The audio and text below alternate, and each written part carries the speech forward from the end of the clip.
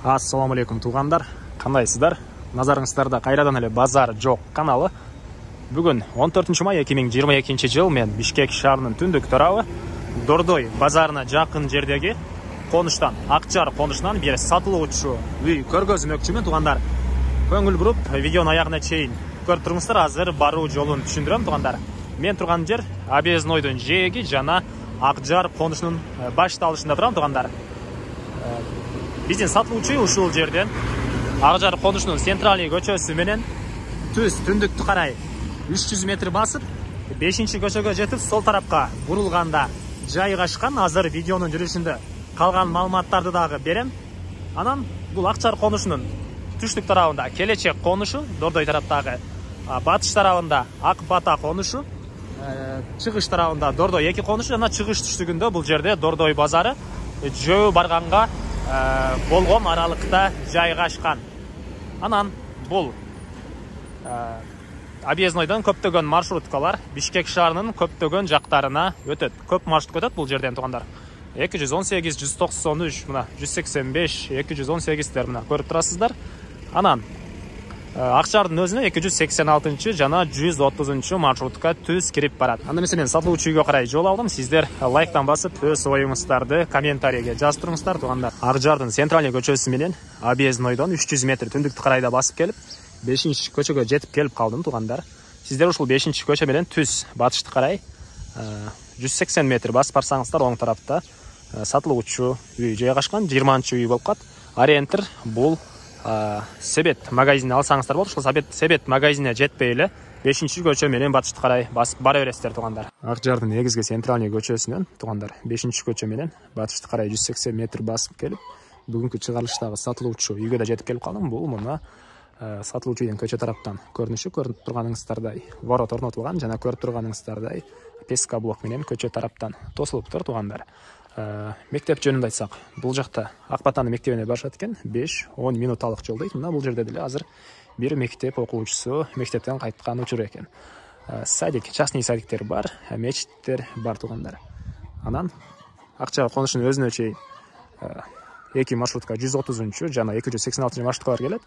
Бир аз эле бир 300-400 метр бассаңыздар, Объезднойдон көптөгөн маршруткалар Бишкек шаарынын көптөгөн бурчтарына өтөт. Андан ары короосуна кирип калган маалыматтарды берейин тугандар. Мына бул бүгүнкү чыгарылыштагы үйдүн короосунун көрүнүшү.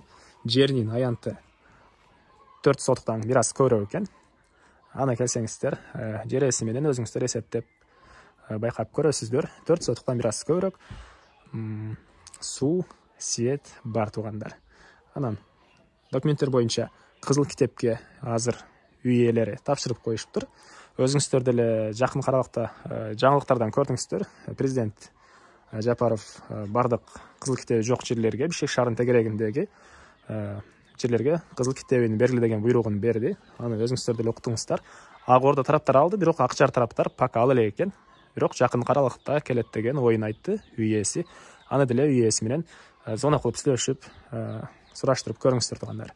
Андан ары үй жөнүндө айтсак, ылай менен бүтүрүлгөн тугандар. Сокмо дейбизби, кыскасы, же бышпаганы кирпич дейбизби? Ылай менен бүтүрүлгөн, узун турасы 9-8 узун турасы. Анан бул жактагы кухня песка блок менен бүтүрүлүптүр. Муну эсепке албаганда ал жактагы чоң үй өзү узун турасы 9-8, ал тарабы чакан навес экен. Короосунда мына вишня багы жана башка бактар бар. Азыр сиздерге биринчи эле болуп үйдүн ички тараптарын көргөзөйүн, андан соң чыгып бул жакты короосуну көрүп калган маалыматтарды берем тугандар. Мына алды тарабына кенен эле бир 2 машина баткандай жер бар экен. Андан ары киргенде кухня тугандар. Паровой отопление деле бар үйдө, аны айтпаптырмын. Мынакей котелу бул жакка орнотулган. Бул кухня. Ички тараптары пластика, потолок деле пластик экен. Полу бир гана кухняныкы линеолем салынган, калган үйлөрдүн бардыгынын полу жыгачтан болгон пол тугандар. Мына ички тарабына раковина орнотулуп, суу чыгарылыптыр. Кухня өбөлөр орнотулган. Мына ушундай көрүнүшү жана чыгыш тараптан бир чоң терезе да орнотулган тугандар. Андан ары ушул эле жерден сол тарапка кайрылсак, бул жакта бир бөлмө. Мына ушундай. Түндүк тараптан терезе орнотулган. Андан кийин ушул эле жерден 2 бөлмөгө биз өтүп кете алат экенбиз. Сол тарапқа кірсек, бұл жақта бір спальный бөлме. Ушундай көрүнүштө полдору жыгачтан болгон пол, чыгыш тараптан чоң терезе орнотулган. Андан кийин ушул эле жерден түз өтсөк, бул жакта дагы бир бөлмө бар экен.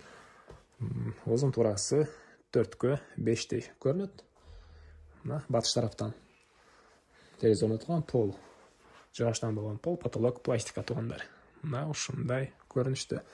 Анан ары эми короосуна чыгып калган маалыматтарды берейин туугандар. Мен Карел үйдүн короосундамын туугандар. Анан бул жакта дагы бир бөлмө бар. Азыркы учурда ал жерде үй ээси швейный цех катары иштетишет экен. Ичинде иштөөчүлөр бар болгонуна байланыштуу ал жакты көргөзө алгам жок туугандар. Жумуш учуру экен азыркы учурда, ошого көргөзө алгам жок. Келсеңиздер өзүңүздөр көрүп байкасаңыздар болот. Андан ары мына бул үйдүн чыгыш тараптан көрүнүшү туугандар. Бул жакта кошуналар менен болгон границалар мына көрүп турганыңыздар байкалып турат, кайсы жерге чейин экенин. Келсеңиздер, үй ээси сиздерге дагы толук бул жерге чейин деп айтып көргөзүп берет. Мына бул жакта вишня багы. Анан бул жакта кандайдыр жер жемиш эккенге жер бар экен, бирок азыркы учурда жер ээси иштетпейт экен бул жерди. Бул жакта гүлдөр туугандар. Негизинен мына ушундай көрүнүштө туугандар. Эмне маалыматтары калды? Бардык эле маалыматтарды бердим окшойт туугандар. Баасы $23,000. Сүйлөшүү болот. Ээсинин номерин экранга калтырам. Звонок кылып сүйлөшүп көрүңүздөр. Дагы кандайдыр маалыматтар калган болсо, үй ээсинен сурап билсеңиздер болот туугандар. Негизги маалыматтарды дагы бир жолу эскерте кетейин. Жердин аянты 4 сотуктан бир аз көбүрөөк. Үй, ал жактагы үй узун турасы 8ге 9 жана алды тарабындагы кухнясыны кошпогондо чоң үй өзү эле 8ге 9 экен. Мектеп бул жерде 10 мүнөттүк аралыкта бар.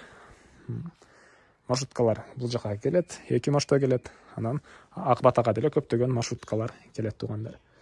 Баасы $23,000 сүйлөшүү болот. Достор менен, группалар менен бөлүшсөңүздөр, мага үй ээсине жана кимдир ушул сыяктуу үй издеген адам болсо, ошол адамга сиздер чоң жардам берген болосуздар. Андыктан достор менен, группалар менен бөлүшүп коюңуздар туугандар. Анан сиздер менен коштошом. Кийинки чыгарылышка чейин саламатта калыңыздар.